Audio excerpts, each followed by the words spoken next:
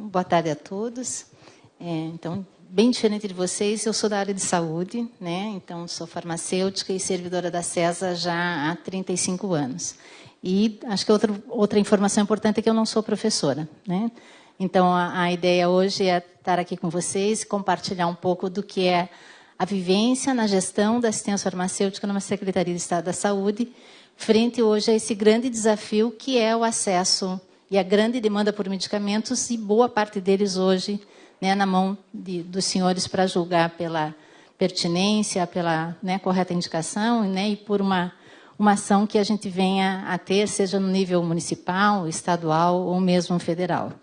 Então, a proposta é não trazer o que tem, né, trazer como o sistema está organizado e quais são as diretrizes, frisando que pode haver diferenças em relação à oferta da assistência farmacêutica nos estados e nos municípios, mesmo que as portarias, né, do Ministério e esses regramentos sejam dados no nível nacional.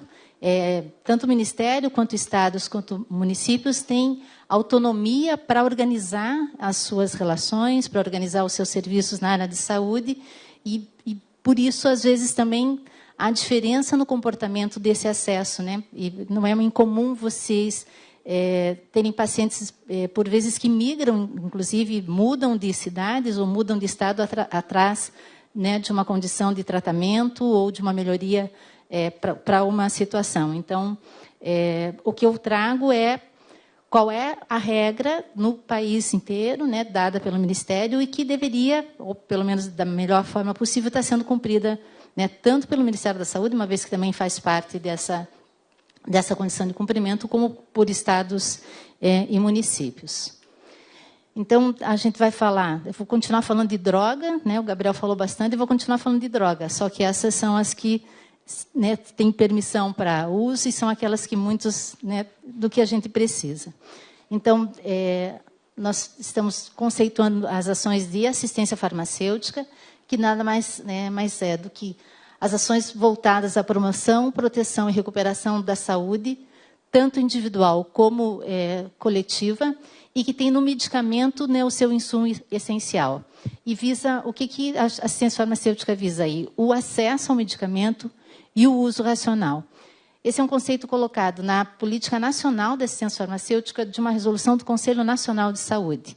Então, acho que ele é bastante amplo e traz todas as etapas que a gente trabalha para disponibilizar o medicamento para a população.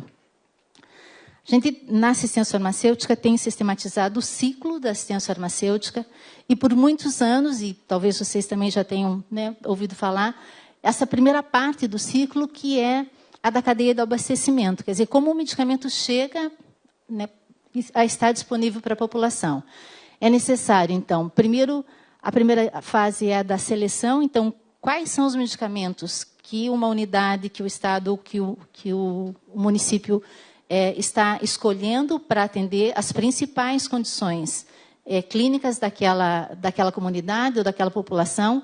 A partir da seleção, se programa o quantitativo a ser adquirido, passa-se para a etapa da aquisição, recebimento, armazenamento, distribuição desses produtos em toda a rede, para aí entrar a questão da dispensação. A dispensação é o ato da entrega desse produto ao paciente, mas ela é dependente, e principalmente no Sistema Único de Saúde, de uma prescrição médica ou odontológica. Na farmácia, a gente ainda consegue, na farmácia comercial, chegar e escolher, né, o seu medicamento para enxaqueca, o seu medicamento para qualquer que seja, mas no Sistema Único de Saúde é necessário uma indicação, né, uma receita médica.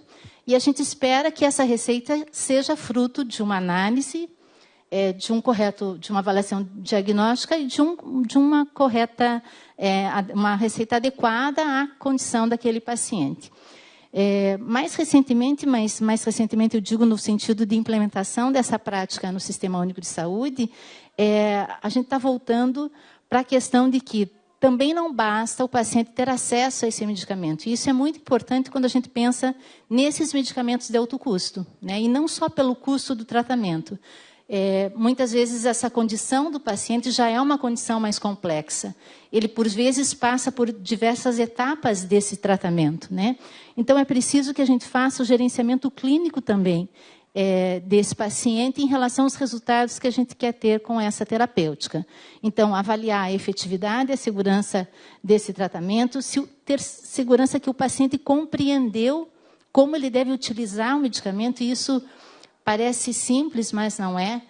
A gente está com um serviço implantado agora nas nossas farmácias lá do Estado, em que o entendimento do paciente acerca da doença dele e da forma de utilização do medicamento é assustador quando você pergunta para ele depois de orientar se ele entendeu como fazer uso daquele produto, né? E acompanhar realmente os resultados que ele vem tendo, né, que ele terá em relação ao uso dos medicamentos.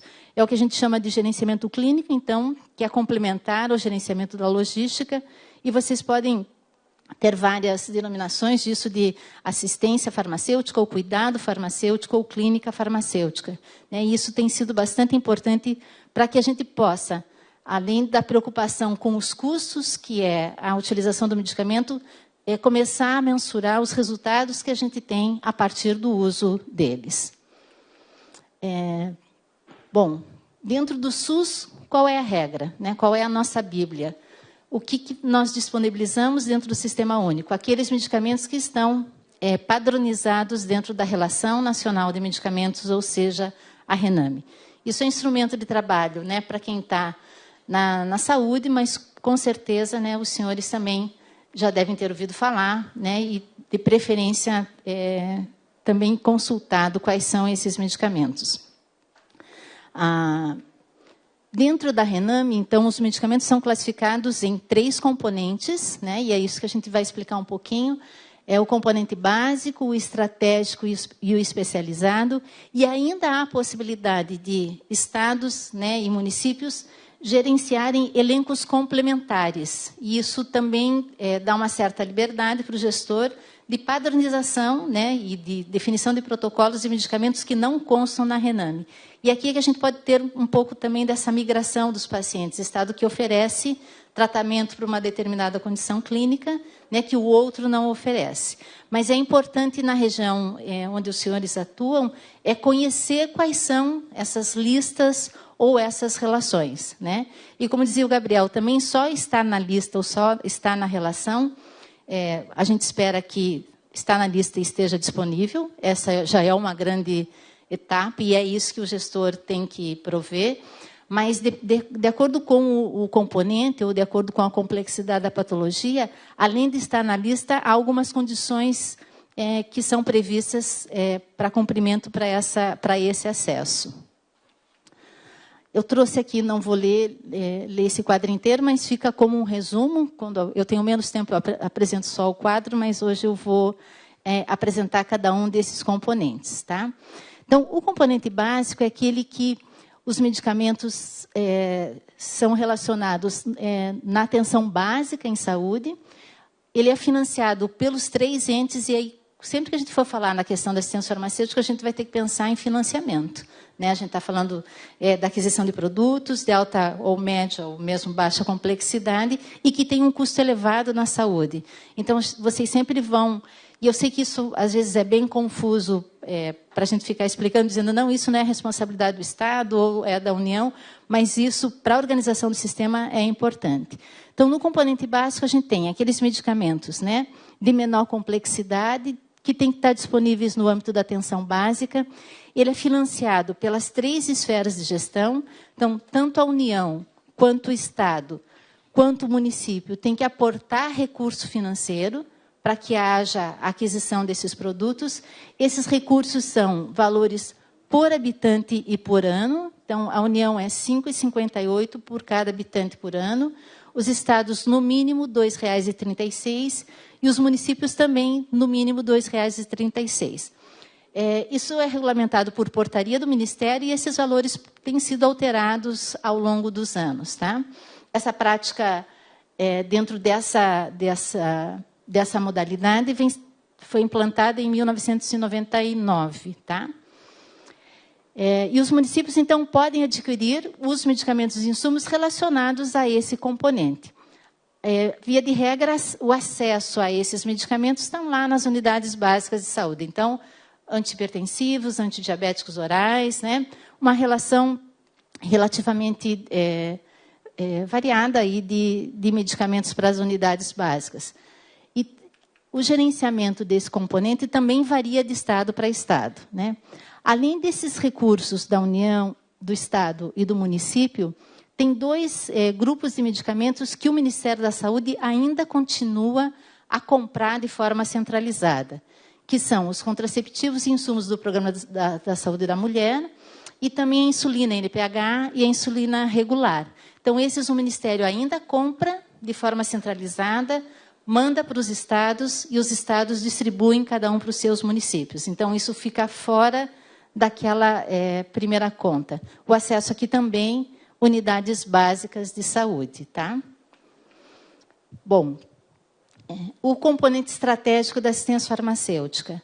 Aqui a gente tem alguns medicamentos para tratar doenças e agravos de perfil endêmico. Então, programas bem clássicos do Ministério, e mesmo antes da organização da assistência farmacêutica como ela existe hoje, né, há muito tempo o Ministério disponibiliza, por exemplo, medicamentos para tuberculose, para hanseníase, né, mas também um grupo importante como os antirretrovirais da AIDS, várias endemias, todas essas não vou ler todas para os senhores, mas o que é bastante importante aqui? O Ministério é que compra o produto, manda para o Estado e o Estado distribui também para os municípios, tá? Aqui a gente tem também os soros, as vacinas, as imunoglobulinas, no total de 190 itens. Então, aqui o que é preciso o Estado fazer? Se organizar, ter informação, porque a gente pede para o Ministério, né, saber qual o número de pacientes que faz uso disso, para que o Ministério consiga fazer essa reposição. E se a gente pensar no ciclo logístico da assistência farmacêutica, tudo isso são informações que têm que caminhar para o Ministério a tempo desse ciclo rodar e a gente receber o produto. Então, você tem que ter uma base, uma organização, essa informação tem que ascender, o Ministério faz a aquisição, né, em tempo hábil, retorna para o Estado poder fazer essa distribuição. Então, é um ciclo que precisa ser alimentado de forma correta, porque se a gente não mandar o dado corretamente, também não vai receber o produto, né, em tempo hábil. Não é incomum a gente ter algumas dificuldades, por vezes, não sei como está aqui, mas, por exemplo, no Paraná agora, em relação a meningite, a gente tem um déficit de recebimento de vacinas de pelo menos 22 mil doses mensais. Então, isso acaba acarretando um desgaste bastante grande, né? Às vezes, por vezes, tem dificuldade de produção. Então, algumas vezes, a gente tem algumas situações de recebimento de um quantitativo menor do que é aquele solicitado. Mas faz parte dessa organização também, que a gente precisa cada vez mais ter dados bastante seguros para fazer o pedido desses itens. Então, um pouco do que eu já falei, né, o Ministério da Saúde, nesse componente, é responsável, né, por estabelecer os protocolos de tratamento, planeja, faz a programação, financia e compra e distribui para os estados e os municípios. O Estado acaba funcionando somente como um entreposto na reposição e na distribuição às regionais, no caso, né, dessas estruturas estaduais, e, de verdade, é o município que tem a principal finalidade de dispensar o paciente, né, entendendo distribuição como aquele grande ciclo, né, entre Estado e município, ou município e suas unidades, e dispensação é efetivamente o atendimento do paciente e o acesso ao medicamento. Via de regra, então, também as unidades de saúde, e uma exceção aqui são os antirretrovirais. Existem a figura de UDMs, ou seja, unidades dispensadoras de medicamentos que são específicas para o acesso dos medicamentos antivirais. No estado do Paraná, por exemplo, elas normalmente estão dentro dos consórcios ou hospitais mais especializados. Deve ser mais ou menos a mesma forma que acontece aqui no Rio Grande do Sul. Bom, e o componente que mais, acho que tem um regramento muito diferenciado e que talvez os senhores tenham mais familiaridade, muito porque parte dos medicamentos desse componente também são demandados judicialmente, é o que hoje se chama o componente especializado da assistência farmacêutica. O que é importante? Esse componente, além de ter já definido qual é o elenco de medicamentos, a gente trabalha com protocolos clínicos e diretrizes terapêuticas. Aqui entra um regramento para o acesso. Então, nesse protocolo estão definidos, né, toda a linha de cuidado do tratamento dessa condição clínica, quais são os critérios para esse paciente entrar, qual é o tratamento proposto, o que se espera com esse tratamento, como vai ser feito esse acompanhamento. Então, não basta o médico fazer uma simples prescrição para o paciente ter acesso, né, e tem todo um regramento dado pelo Ministério da Saúde de quais são os documentos, exames, com que periodicidade ele tem que apresentar isso para que aconteça esse acesso. Também não vou ler, mas são mais de 80 protocolos, no total, 83 protocolos diferentes com esse formato, de condições clínicas, né, com previsão de atendimento dentro do Sistema Único de Saúde. Óbvio que a gente não tem só 83 doenças a serem tratadas, né? E aí é que a gente tem e reconhece a questão do vazio assistencial.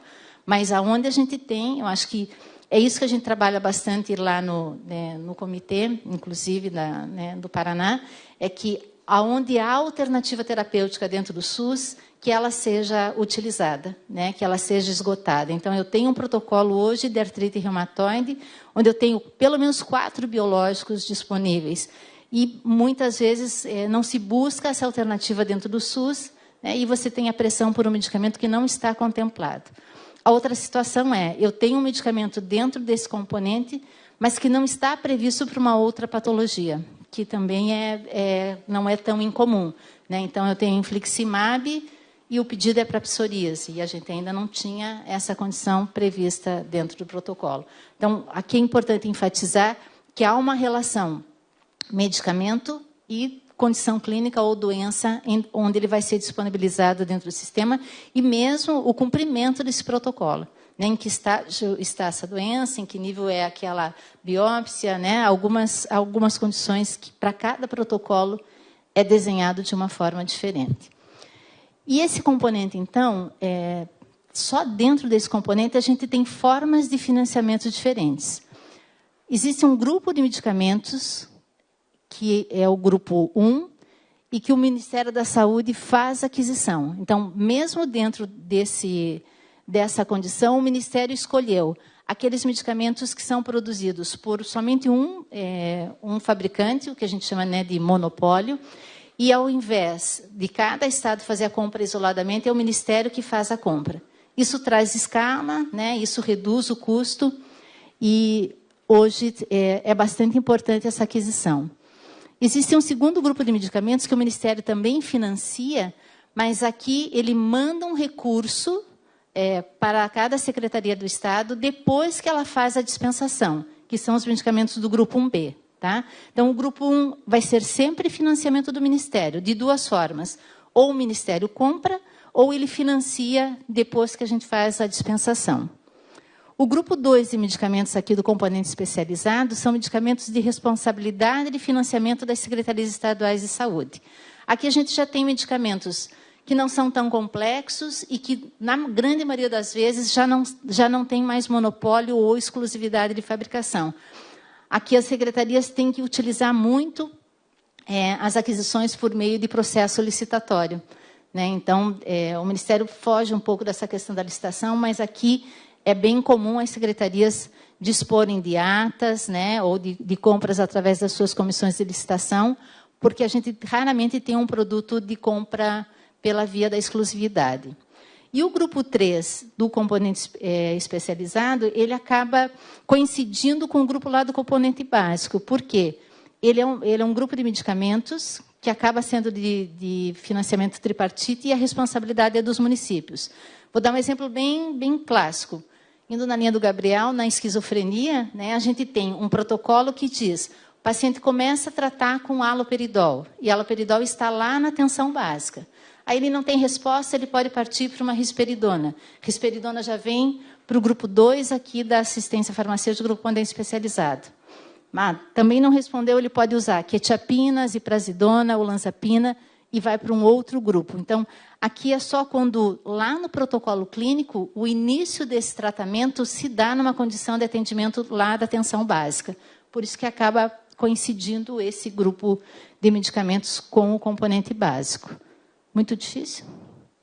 Sim, tá bom, vou pular essa parte. É que para a gente é tão natural, mas assim, é que precisa entender só um pouco da diferença do financiamento.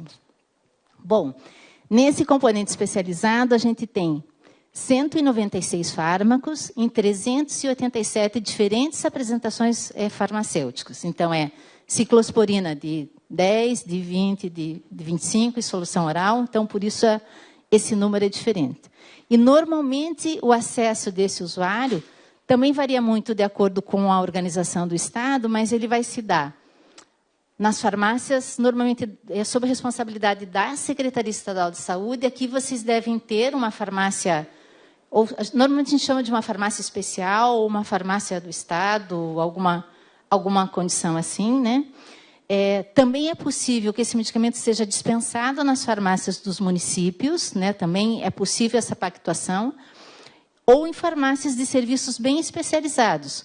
Um hospital de clínicas, que eu acho que tem aqui, né? Um hospital de clínicas de Porto Alegre, acho que faz até tratamento de hepatite, com alguma coisa mais diferenciada. Né? Então, ele tem uma característica de dispensação um pouco diferente. O que é importante? Esses medicamentos também têm que ter um nível de organização com sistemas de informação. No Paraná, a gente tem um sistema que gerencia tudo isso, que é o Sismedex. Eu sei que o Rio Grande do Sul tem um sistema próprio, o próprio Ministério oferece um sistema para esse gerenciamento, que é o Horus. Tá? E onde a gente encontra essa informação sobre esses medicamentos? Eu trago aqui a tabela SIGTAP. A tabela SIGTAP traz, dentro do Sistema Único, todos os procedimentos, medicamentos, tudo que o sistema paga. Então, se a gente entrar na SIGTAP, no grupo 06, a gente vai ter todos os medicamentos que são pagos pelo Ministério ou disponibilizados dentro dessa regra que eu falei para os senhores. Então, ali, um certolizumab, a gente vai saber se ele é um medicamento, né, relacionado à alta complexidade. O instrumento do registro é a PAC, que é uma autorização lá de procedimento de alta complexidade, e é possível saber para que CIDs, ou seja, para que patologias esse medicamento pode ser disponibilizado. Guardem isso, porque eu só quero passar o mesmo exemplo na sequência da oncologia. Então, aqui, dentro do componente especializado da assistência farmacêutica, a gente sabe exatamente quais são os medicamentos padronizados, que é diferente da oncologia, que o Gabriel falou um pouquinho antes também. Aqui eu tenho o nome do medicamento, a apresentação, qual é a quantidade máxima que eu posso fornecer, a faixa etária e para quais doenças a gente pode disponibilizar. Então, uma coisa que eu gosto do componente especializado é que a regra está clara. A gente tem coisa que não está na regra, mas o que está aqui está bem desenhado, a gente sabe exatamente como proceder para esse acesso do usuário. Tá? Sim, só digitar no Google SIGTAP. E aqui, doutor Gebran, tem todas as ações em saúde. Todas as ações. Eu diria que esse é o contrato do SUS, tá? Principalmente no nível ambulatorial, né? Eu pergunto porque aí o colega sabe, tem acesso, ele consegue ver o que está valorizado dentro do SUS. Isso. É importante. São as ferramentas que, assim, ó, esses dias a doutora Luciana perguntou para mim, me diga quando eu acho um material que explica o SUS de forma, né? Assim, eu não achei também, né? Porque cada um com o seu pedacinho, cada um com as suas atualizações, cada um com as suas portarias e...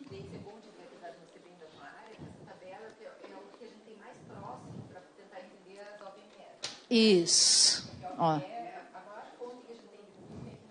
Isso. Então, eu digo que a SIGTAP é o nosso contrato de fornecimento de serviço dentro do Sistema Único de Saúde. Né? Eu acho que tudo vai ter. Eu confesso para vocês que eu só vejo essa parte, mas o resto está tudo ali. Tá? Não me faça pergunta do resto, tá, doutor Gebran? O senhor que é bom de fazer pergunta das outras coisas, o senhor não faz. Mas esse é o nosso grande contrato, né? Então, dentro desse componente, o que é comum? Um paciente ter uma solicitação, e essa solicitação, a gente sabe que ela tem que ser composta de documentos pessoais desse paciente, da comprovação daquela patologia, e para cada um daqueles 83 protocolos, existe uma relação de exames que esse paciente tem que apresentar. Então, assim, não é simples, né, não é rápido, mas a regra está dada. Tá? Esse paciente se cadastra, então, essa solicitação numa das farmácias que cada estado, né, organiza. Esse processo, e não o paciente, o processo passa por uma avaliação. Se ele for deferido... Aqui tem um negocinho? Que aponta? Moço. Nada. Eu queria um apontador. Aqui, ó. É esse aqui. Ah, esse aqui. Tá bom. Ótimo. Então, esse processo profissional de nível superior, a portaria diz isso, né? Pode ser médico, enfermeiro, farmacêutico... Ele avalia de acordo com o quê? Com o critério que está posto lá no protocolo clínico e diretriz terapêutica. Né? Então, cada protocolo diz qual é a condição que esse paciente tem que apresentar para ser deferido. Se esse processo for deferido, ele ainda passa por uma autorização, e aqui é mais uma organização da farmácia para saber se ela dispõe daquele medicamento para atendimento imediato, ou em 10, 20, 30 dias. Né? Lá no Estado, a gente implantou a consulta farmacêutica dentro daquilo que eu falei para vocês, que muitas vezes o paciente chega nessa condição, está levando um medicamento de altíssima complexidade, às vezes, uma forma de administração que é distinta, autoaplicação, aquelas bombinhas para o DPAC ou para a asma, que não é simples de manipular. Né? Então, a gente tenta garantir que, pelo menos, ele saia da farmácia com um nível de orientação e capaz de executar aquele tratamento de forma satisfatória. Após isso, ele recebe esse medicamento, então, a dispensação. E o que é importante? A cada 3 meses, ele tem que renovar esse pedido. Então, o paciente tem, de novo, uma série de documentação para apresentar, e aí esse ciclo se fecha.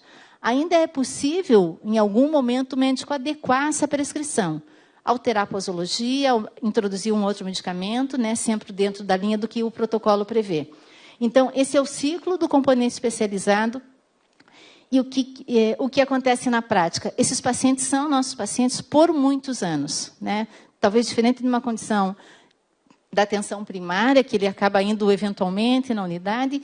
A maioria dessas doenças contempladas aqui são crônicas, poucas têm cura e necessariamente o paciente sai. Então, os nossos pacientes são nossos pacientes por muito tempo. Aqui.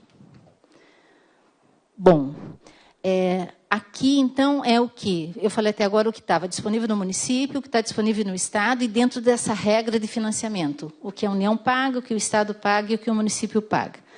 Existe um outro grupo de medicamentos, e aí eu sei que os senhores já tiveram a discussão sobre a oncologia, né, e só pus 2 slides sobre isso, mas que tem uma demanda muito grande hoje, principalmente na questão da judicialização. Né? Lembrando que muitas condições clínicas a gente não tem um protocolo, mas eu gosto de lembrar que em oncologia existe uma política nacional. A gente não tem um vazio, a gente pode ter discussão de como ela está sendo executada, mas, né, existe uma política definida. O que é importante aqui? Que, via de regra, a gente não faz dispensação de medicamentos para um paciente oncológico. Não existe medicamento oncológico na farmácia, seja a farmácia do Estado, seja a farmácia do município.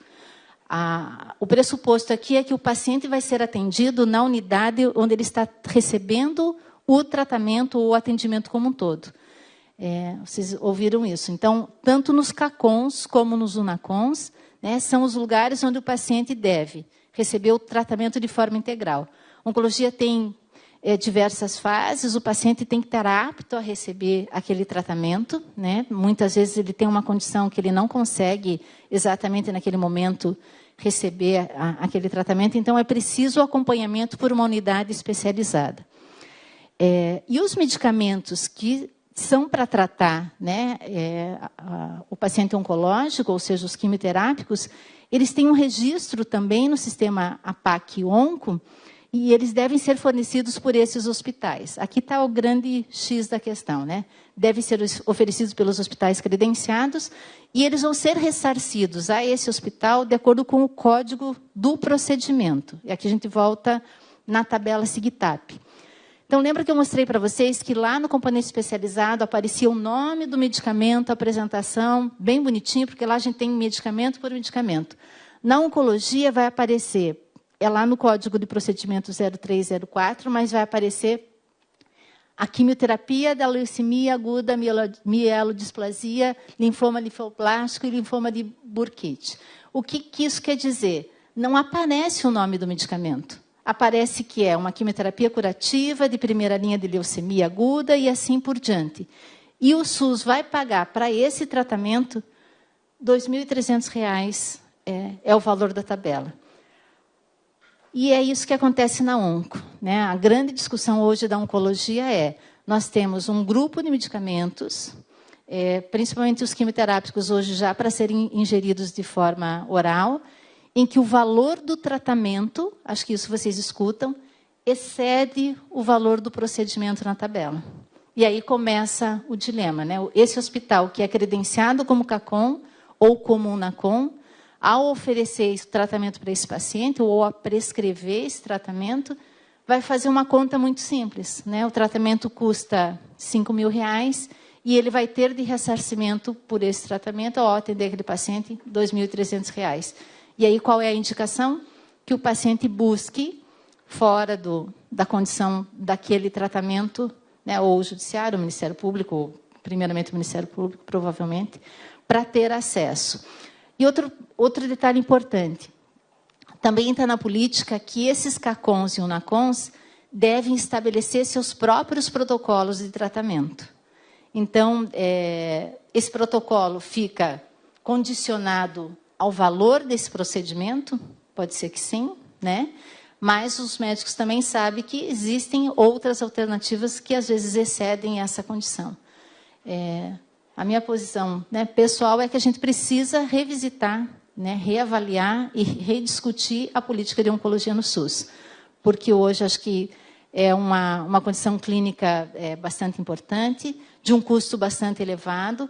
Com o envelhecimento da população, a gente vai ter cada vez mais, né, casos de câncer a serem tratados, isso é natural. E do jeito que está, eu acho que está bem difícil da gente continuar convivendo. Diga, doutor Gebran. Diga. Na verdade, qual é a relevância de toda essa discussão, principalmente com respeito ao quem paga a parte da União? Então, o que a gente assiste muitas vezes as demandas contra municípios, as demandas contra estados, para que eles disponibilizem os recursos para a compra do medicamento. E a União é a grande ausente em muitos processos. Lógico, esses processos não são alcançáveis a nós, porque não somos só se a União estiver com passiva que vai estar na Justiça Federal. Mas quando houver, e isso há muitas vezes, a junção de União e Estado nesses processos, é fundamental que seja feito o seguinte: quem entrega o produto, muitas vezes, pode ser só o dinheiro, mas muitas vezes é o Estado, ou é o próprio hospital. Mas quem tem que pagar é a União. O que está acontecendo hoje no Sistema Único de Saúde? As pessoas ajuizam as ações, às vezes contra a União, inclusive. Vários juízes determinam que a União faça o ressarcimento que o Estado não pagou, e nem assim a União tomou a decisão. Então, qual é a ideia sobre isso? É tentar organizar o sistema, não só para as decisões de vocês, no sentido de que quem deve entregar não é a União, e quem deve pagar não é o Estado. Quem vai entregar o medicamento, pode ser oncológico principalmente, mas aqueles outros especializados que aqueles valor, quem vai entregar é quem tem farmácia, quem tem posto de saúde. Então essa entrega não pode ser feita pela União.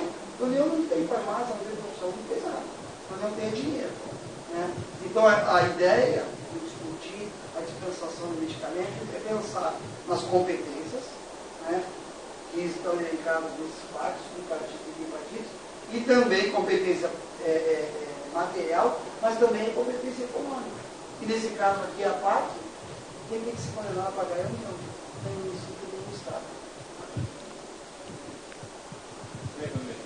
Vamos brigar comigo com qualquer jeito, mas eu quero falar bem assim, o advogado que não vai entrar com a ação, ele não vai nem saber o que é essas competências, ele vai entrar com o que ele quiser, em geral com o Estado, porque ele fica mais confortável, porque ele está no dia a dia dele. Quando ele ingressar, e às vezes bota a União, o magistrado estadual inclui a União, seja porque ele sabe, seja porque ele não sabe, seja porque ele acha que todos são autoridades e tem que cumprir tudo de qualquer jeito. Se não ficar clara a ordem, não pode isso na prática não possa acontecer, mas é um cuidado importante para que não tenha, por exemplo, a ordem dos dois entes. Teoricamente, os dois têm que fornecer e você gasta com dois entes que eventualmente é com uma pessoa só. Aí vai jogar remédio fora. Ou ainda não entregou o remédio. Quem que tem que receber essa lei? Estado ou União? Se isso não ficar claro, também pode ter uma confusão.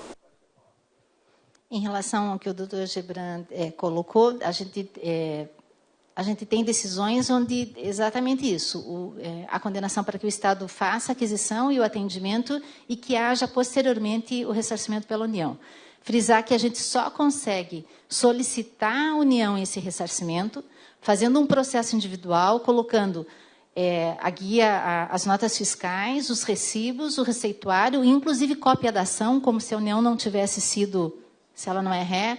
Eu perguntei isso, eles falaram, não, é que se você mandar a cópia, já facilita o trâmite do processo. Então, a gente manda, inclusive, a cópia da determinação judicial. E ainda assim, e só nesses casos, onde há determinação expressa do juiz para que eles façam o ressarcimento.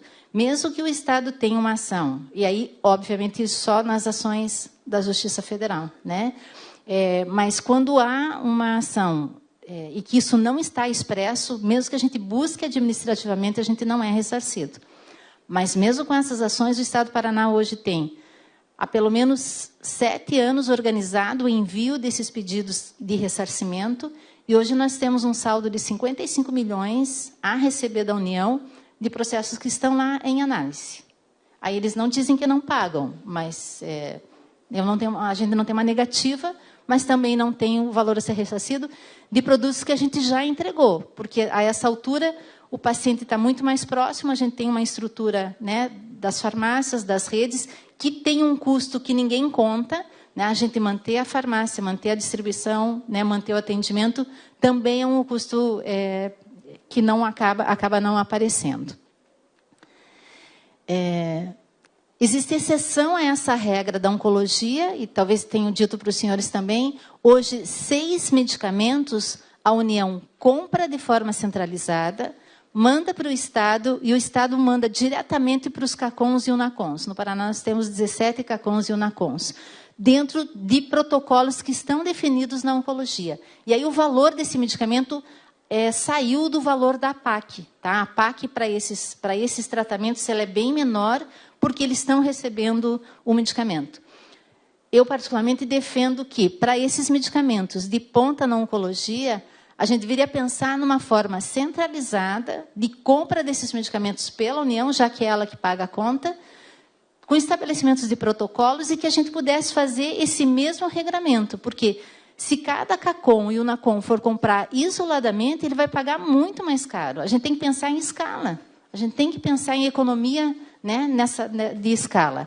Então, hoje, por acaso, 6 itens, seja pelo custo, seja até pela dificuldade, às vezes, na compra, 6 medicamentos oncológicos a União compra e manda para os estados para atendimento. Mas isso não vai para a mão do paciente, vai para o serviço que o paciente está sendo atendido.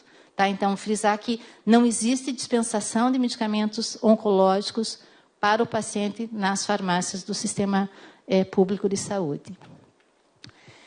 Eu sei que vocês também já discutiram incorporação de tecnologia, né? Era um dos temas, só para lembrar que quem incorpora hoje, quem avalia incorporação de tecnologia é a Conitec. Isso está dentro da 12401, né, que vem alterar a Lei 8080. Então, não só medicamentos, como produtos e procedimentos. E assim, eu dentro do SUS, eu posso falar mal da Conitec, mas eu acho que a gente não pode abrir mão da Conitec mais. Né? A gente passou muito tempo incorporando tecnologia sem ter muita base, sem ter muito critério. O que a gente precisa é fortalecer, né? É acreditar, ter uma condição séria de avaliação, mas não tem como não ter um órgão que faça avaliação de incorporação de tecnologia dentro do sistema público de saúde.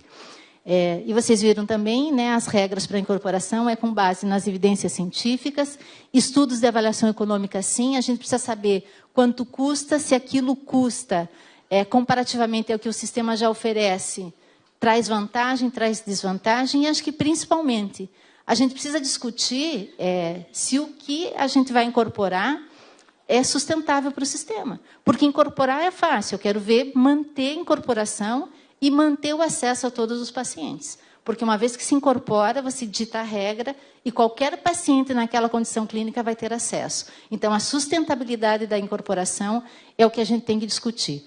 Eu sei que demora, né, pelo menos 180 dias para essa avaliação, para haver uma portaria de incorporação, e aí o sistema ainda pede mais 180 dias para disponibilizar. E aqui a gente está fazendo um cálculo rápido de pelo menos 1 ano de uma avaliação, né, de um medicamento que pode vir a ser disponibilizado. Normalmente aqui já tem uma festa, né? Então, há notícia no site do Ministério que incorporou. No dia seguinte, a gente tem pacientes na porta da farmácia dizendo: eu li ontem, eu escutei na Hora do Brasil, que já tem o PET de rivaroxaban para Alzheimer. Quando, na verdade, ainda vai demorar, porque a partir daqui é que se começam os trâmites de compra, de avaliação do quantitativo, para saber quantos pacientes. Então, ainda a gente tem um delay. O que a gente faz no Paraná? Tecnologia incorporada. E a gente tinha paciente na demanda judicial. Tá? Eu não sei se eu posso contar isso aqui. O senhor me defende qualquer coisa, né? Assim. O que a gente faz? A gente convida esse paciente a trazer a documentação que ele tem que... Entrou para o sistema, tá? Incorporou aqui a tecnologia. A gente convida ele a trazer a documentação, a gente avalia se ele cumpre o protocolo do Ministério, não é porque ele tem ação judicial. Se ele cumpriu o protocolo do Ministério, a gente diz para ele, então, seu Vicente, né, agora o seu medicamento está dentro do Sistema Único de Saúde e a gente vai garantir que o senhor vai receber da mesma forma. O senhor concorda em entrar para o sistema? Né? Porque ele já está ali, ele já é usuário da nossa farmácia. E aí, se ele concordar, a gente muda o cadastro dele para dentro do cadastro da condição de atendimento administrativo. E a gente informa a Procuradoria. Então, ele é um paciente que passa para a gente, administrativamente, a gente conta ele com um paciente que vem para o componente especializado. E a gente diminui um pouco a nossa conta de paciente judicial, porque senão essa conta ela é interminável, né? Um jeito da gente sanear um pouco dessa relação de pacientes que ficam só no judicial. Então, acho que é uma medida administrativa que a gente consegue ir enxugando o paciente e trazendo ele para a regra.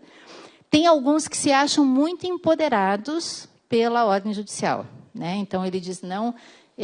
eu tenho a ordem, e ele acha que a ordem, e às vezes isso pode acontecer, dependendo da organização do Estado, garante a ele um acesso que a administração por si só não garantiria. Isso. Mas a gente faz esse trabalho no Estado de forma a dizer para esse paciente, olha, agora a gente vai atendê-lo como um outro paciente do componente, tá? Mas a gente avisa a Procuradoria, tá? Daí a Procuradoria vai lá nos autos, não sei em que fase que está, e escreve lá o que tem que escrever. Tá. E agora já estou acabando. Um pouco do que eu queria mostrar para vocês é assim, para vocês terem preocupação, ou terem interesse, ou terem, né, a iniciativa de, ao serem demandados por um produto, primeiro verificarem se ele está disponível. Não é incomum a gente ter, numa relação de 5 prescrições, um medicamento que 4 que são padronizados e um que não é padronizado. E aí o que acontece na prática? Judicializa aquele receituário como um todo. E naquele receituário, às vezes, tinha medicamento que ele teria acesso pelo município, outro que o Estado fornece, né? E aí acaba vindo tudo para o Estado. Não que isso vá encarecer, mas isso desorganiza a questão do acesso. Então, verificar se esse medicamento está disponível, se está na Rename, se o município ter a oitiva do gestor, né? Então, assim, o gestor pode se manifestar dizendo isso tenho, não tenho, que condições isso forneço. Às vezes, a questão da alternativa terapêutica, né? Eu tenho 4 antipsicóticos atípicos no protocolo da esquizofrenia. Será que esse paciente já usou as alternativas terapêuticas do SUS? Ou tem uma justificativa para que ele precise daquele 5º antipsicótico atípico? Ou é uma pressão externa, ou é um hábito do prescritor? O que acontece dentro dessa prescrição? Eu sei que é muito uma relação médico-paciente, mas se a gente pensar em política pública, a gente tem que pensar em atingir o maior número possível de pessoas naquelas mesmas condições com o orçamento que a gente tem. Então, a gente tem que se virar nos 30 e fazer esse recurso ser muito bem utilizado. Então, acho que, ao se deparar com uma prescrição de medicamento, sempre avaliar se ele está previsto, em que condições, se cumpriu a demanda dos protocolos e se há alternativa terapêutica no sistema. Acho que um trabalho que a gente tem é de qualificar essa demanda judicial, né? E a gente não ter judicialização, de repente, de coisa que não tem necessidade e faz rodar, tanto no judiciário como na gestão do sistema, né? Todo esse ciclo para adquirir um medicamento para um único paciente, quando ele tinha uma outra alternativa. Então, além dessa organização, né, que está posta pelo sistema, ainda assim, e aqui eu trouxe alguns dados lá do Paraná, a nossa primeira ação judicial, na verdade, foi em 1999, eu só não ponho no gráfico porque ela é uma só, mas a gente tem, né, um crescimento bastante importante, e aqui a gente traz só o número de novos pacientes por ano. Então, a gente tem, acho que, até uma certa tranquilidade ali até 2009, 2010, mas a partir de 2011 isso começa a ter um outro contexto, né, de crescimento. Então, no total, nós tivemos já... E aqui eu estou falando de ações só de medicamentos, onde houve a determinação do fornecimento. Não são dados da PGE, que às vezes já tem, né, uma ação de recorrer e a gente nem sabe disso. Aqui é quando esse processo já passou pela Procuradoria e ela orienta a Secretaria ao cumprimento. Então, foram no total 34.168 pacientes cadastrados junto à Secretaria para recebimento desses medicamentos, e sendo que, ao final de 2018, 15.327 pacientes a gente considera na condição ativa, ou seja, né, ainda recebendo esses medicamentos. Às vezes, a ação se encerra, o tratamento se encerra, o paciente falece, né? Por isso, essa diferença. Eu sei que aqui no Rio Grande do Sul, esse volume é bem maior, né? De número de ações para a Secretaria, e mesmo Santa Catarina tem um número maior do que o Paraná dentro dessa condição. E aqui o valor financeiro da distribuição, daí considerando todos os pacientes ativos naquele ano. Acho que também um salto importante aqui, né, de 2013, 14 para 15, e aí ele vem crescendo. Do ano passado, de 2017, quase 195 milhões, fechamos 2018 com 208 milhões. Aqui até a gente ficou feliz, não cresceu tanto, né, assim, mas é uma cifra bem importante. E aí, o que eu acho que a gente precisa enxergar? A gente enquanto gestão e acho que a gente enquanto cidadão. No Estado, nós atendemos 230 mil usuários dentro nessa rede de atendimento da Secretaria Estadual de Saúde. Desses 230 mil usuários, 215 mil usuários estão dentro do componente especializado e dos programas especiais da SES. A gente tem um programa Paraná Sem Dor, análogos de insulina, fibrose cística, os nossos protocolos do elenco complementar. E só 15 mil usuários são de demanda judicial. Eu acho que os esforços são muito no sentido de que a gente tenha cada vez mais usuário aqui e cada vez menos usuário. E não pela questão de negar o acesso ao judiciário, nada disso. No sentido de que cada vez mais a gente tem que organizar um sistema para que qualquer pessoa que necessite daquele medicamento venha e ele esteja contemplado na política pública. Acho que essa é a reflexão, né? E as demandas judiciais nos apontam muito disso. Eu tenho um medicamento, às vezes, numa condição que se repete, se repete, se repete. Ele pode ter várias causas. Pressão da indústria, hábito do médico, mas muitas vezes me aponta um vazio assistencial.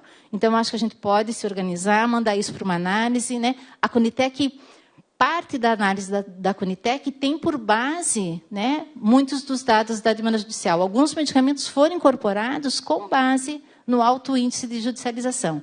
Não é o único, porque às vezes ele tem viés, né, mas eu acho que a gente tem que considerar isso.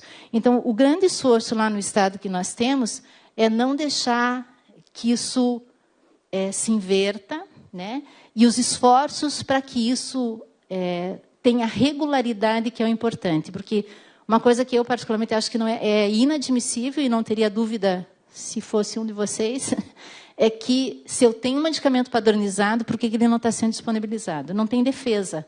Né? Assim, acho que a obrigação do município, a obrigação do Estado, é de oferecer aquilo que está dentro do elenco e dentro do que está na regra.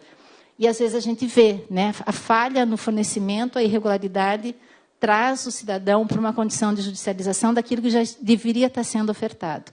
Isso é muito triste. Então, e hoje, muitas secretarias têm mais pessoas trabalhando para atender esse grupo de pacientes do que esse grupo. E se a gente descuidar, aí, se eu não atendo direito, ele vem para cá, e aí ele não sai, e a gente vai ficar numa coisa meio viciosa e não saudável nessa relação. Então, os nossos esforços são, sim, de manter regularidade no atendimento dos usuários dentro da política pública.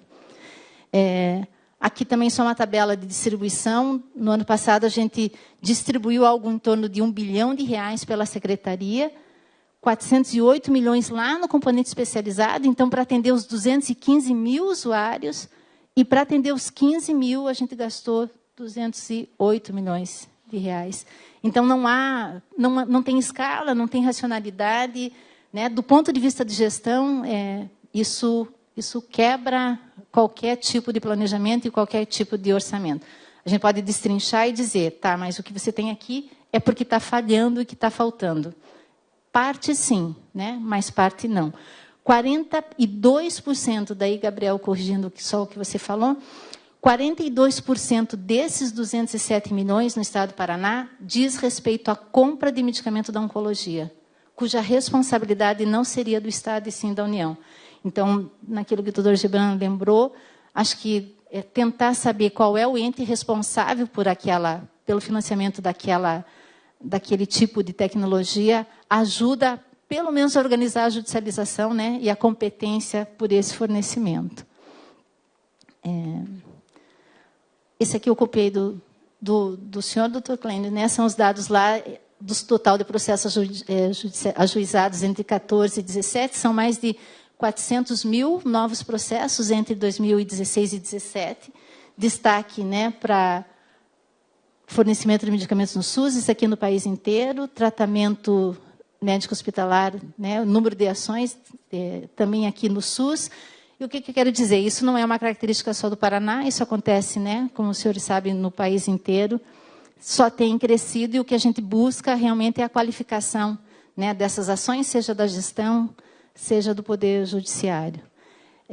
E eu acho que o nosso grande desafio é pensar como que a gente pode efetivar o direito à assistência farmacêutica, garantir o uso racional dos medicamentos, a sustentabilidade do Sistema Único de Saúde, os melhores resultados para o indivíduo, mas também para a comunidade. A gente não faz política pública individual, né? A gente tem que ter isso em mente. E, por fim, dizer para os senhores que eu considero que o SUS é um caminho em construção, né? Um sistema relativamente novo, temos aí 30 anos, e eu acho que, entre erros e acertos, a gente tem trazido grandes ganhos para a sociedade, e eu acho que é isso que a gente tem que se preocupar em manter e em melhorar também. Muito obrigada.